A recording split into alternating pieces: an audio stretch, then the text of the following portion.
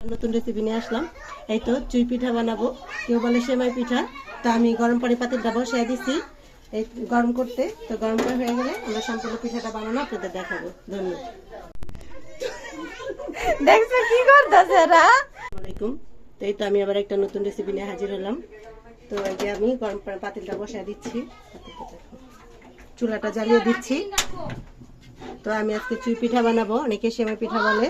তো কিভাবে বানাবো খুব সহজে আপনাদের বানিয়ে দেখাই দেবো। আমি পানিটা ঢেকে দিছিলাম, এই তো বলকা পড়ছে। আর এখন লবণগুলো দিয়ে দিব। তো লবণটা আমি পরিমাণ মতো দিয়ে দেবো। বললো কিছু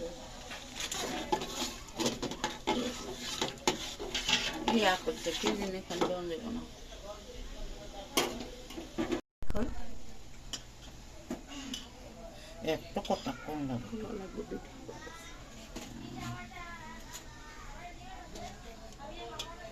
পরে সিজলে পানি দেবে ভালো। এরকম করে দিলে পানি গুঁড়ি দিয়ে গোল করে দিলে তারপরে ভেঙে দিলে ভালো আর কি সিদ্ধটা না। আচ্ছা, তা আমার ননদের জন্য দোয়া করবেন, ওর জন্য পিঠাটা বানাচ্ছি ওদের বাসায়।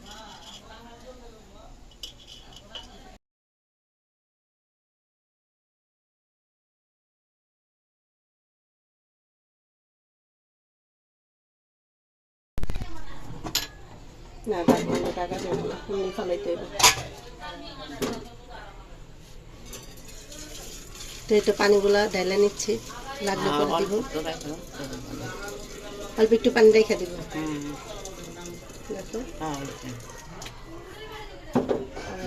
চুলাটা জ্বালিয়ে দিব, আবার ডেকে দিব একটু। আশা রাখবো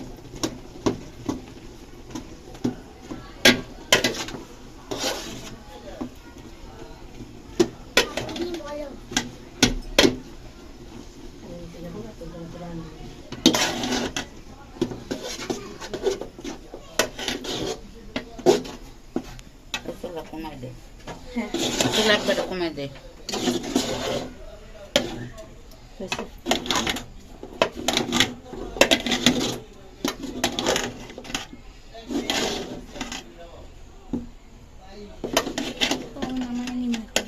হ্যাঁ এখন আসসালাম মতো। তো আমি এখন নামাই দিই।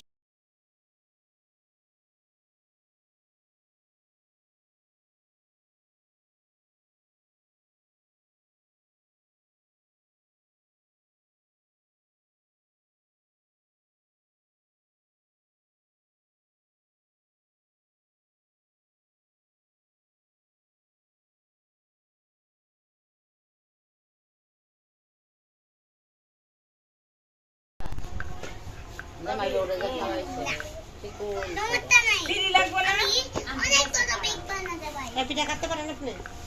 সুবিধা দি কখন এলো? চাইলে আর বয়া লাভ নেই।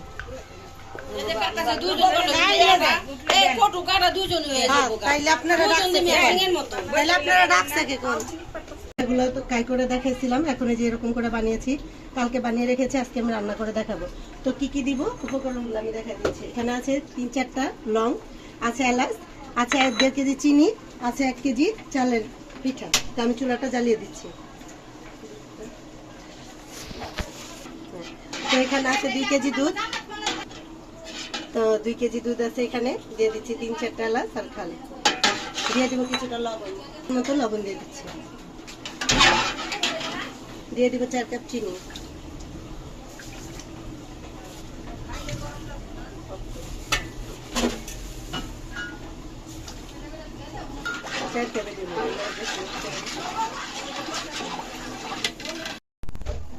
তো এই তো দুধটা বলকা হিসাব করছে, আমি সেমাইগুলো এখন দিয়ে দিলাম।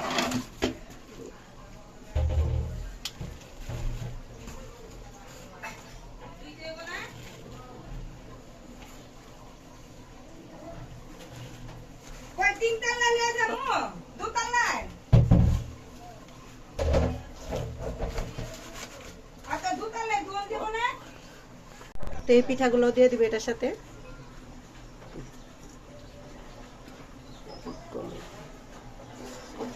এই তো একটা নারকেল দেওয়া হয়েছে, স্কিপ করা হয়ে গেছে। তো আমার সেমাই পিঠাটা হয়ে গেছে, আমি একটু বেড়ে দেখাবো।